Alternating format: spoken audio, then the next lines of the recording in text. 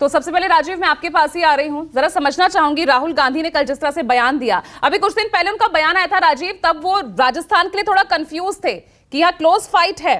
लेकिन छत्तीसगढ़ और मध्य प्रदेश के लिए तो वहां वो जीत का दावा कर रहे थे, लेकिन कल तो वो पांचों ही राज्यों में जीत की बात कह रहे हैं। इस कॉन्फिडेंस के पीछे क्या वजह आपको नजर आ रही है? और दूसरी बात, अगर हम इंडिया गठबंधन की बात कर लें, आम आदमी पार्टी की रार कांग्रेस से तो नजर आ ही रही थी, अब समाजवादी पार्टी ने जिस तरह से अपने उम्मीदवार उतार दिए हैं, 9 उम्मीदवारों की घोषणा कर दी है, तो इस रार का 24 पर आप क्या असर देख रहे हैं?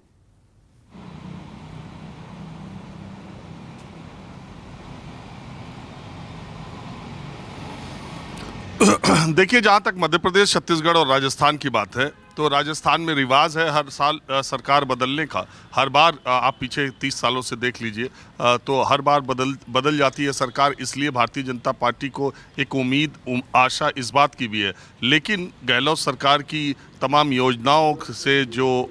पीछे 1 साल में लगातार गहलोत सरकार ने जो योजनाएं दी हैं, उसके अलावा भारतीय जनता पार्टी में जो अंदरूनी गुटबाजी है, आप देख ही रही हैं, 41 सीटों के बाद वो उभर कर ठीक सामने आ गई, और उसके बाद भारतीय जनता पार्टी अभी दूसरी सूची राजस्थान की जारी नहीं कर पाई है। तो इससे कांग्रेस का एक मनोबल ये बढ़ा है कि इस बार हर बार की तरह ऐसा नहीं होगा कि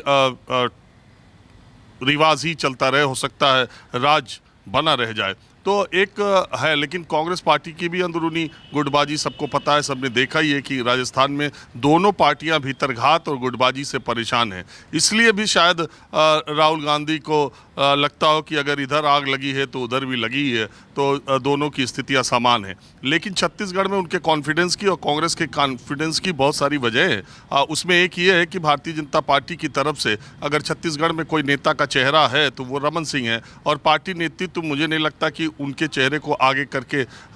कमलनाथ,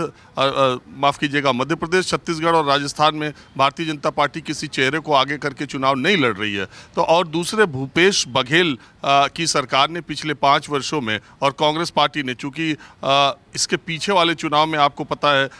जो जिस चुनाव में सरकार आई थी उसके पीछे वाले चुनाव में पूरे ज़्यादातर कांग्रेसी नेता, जो बड़े नेता थे, वो एक जो हमला हुआ था उनके ऊपर आतंकी, उसमें ज़्यादातर लोगों की डेथ हो गई थी, और उस समय पूरा नेतृत्व नहीं था। लेकिन बाद में जो सेकंड रैंक नेतृत्व है छत्तीसगढ़ में, वो सामने आया, और भूपेश बघेल के नेतृत्व में कांग्रेस की सरकार ने वहाँ पर एक मजबूत पकड़ बनाने में कामयाबी हासिल की है, जिससे छत्तीसगढ़ में कांग्रेस को ऐसा लगता है कि वो मजबूत स्थिति में है। हालांकि वहाँ पर सीधे सीधे आमने सामने की फाइट है, तो चुनाव का मूड क्या होगा अभी ये देखने वाली बात है। हालांकि पहले चरण का चुनाव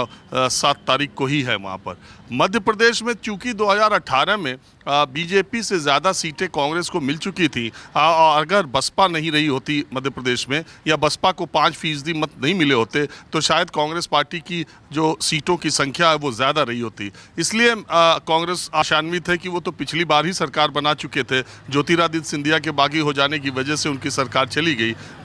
नहीं तो वो सरकार में रहे होते। दूसरी बात, पिछली बार जो माहौल बीजेपी और कांग्रेस का था, उससे कहीं ज़्यादा कांग्रेस को लगता है कि इस बार है। बात कोई बदली नहीं है, सिर्फ ये बदली है कि एक ग्वालियर चंबल इलाके में जो सिंधिया गुट था, वो वापस बीजेपी में जब आया है, नरेंद्र सिंह तोमर और भारतीय जनता पार्टी के जो पुराने कार्यकर्ता थे, जो कांग्रेस से 20 वर्षों से लगातार वहाँ लड़ रहे थे, तो उस 36 सीटों का पूरा गणित जो है वो गड़बड़ा गया है। तो उसमें ये कह पाना कि कौन सी सीट कौन जीतेगा, क्योंकि वहाँ उम्मीदवारों का भी बहुत इम्पोर्टेंस है। तो कुल मिलाकर मालवा रीजन जहां मैं हूं, इस इलाके में तो भारतीय जनता पार्टी मजबूत हमेशा से रही है, लेकिन जिन जगहों पर लड़ाई टक्कर होनी है, उन जगहों पर कांग्रेस पार्टी और भारतीय जनता पार्टी, आप देख ही रही हैं, भारतीय जनता पार्टी ने अपने कितने सांसदों और बड़े लोगों को उतार दिया। इसी से लगता है कि मध्य प्रदेश में उसके लिए चुनौतियाँ हैं। और जहाँ तक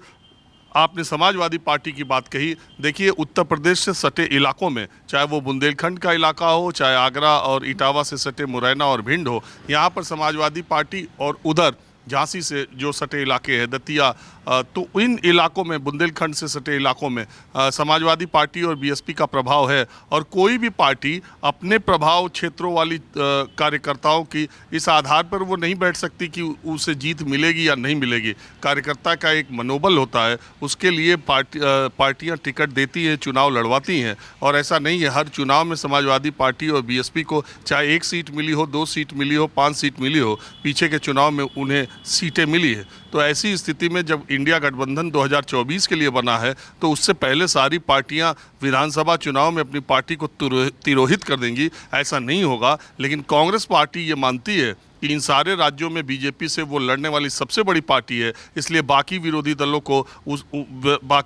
दलों को उनका वैसा ही साथ देना चाहिए जैसा वो 2024 के लिए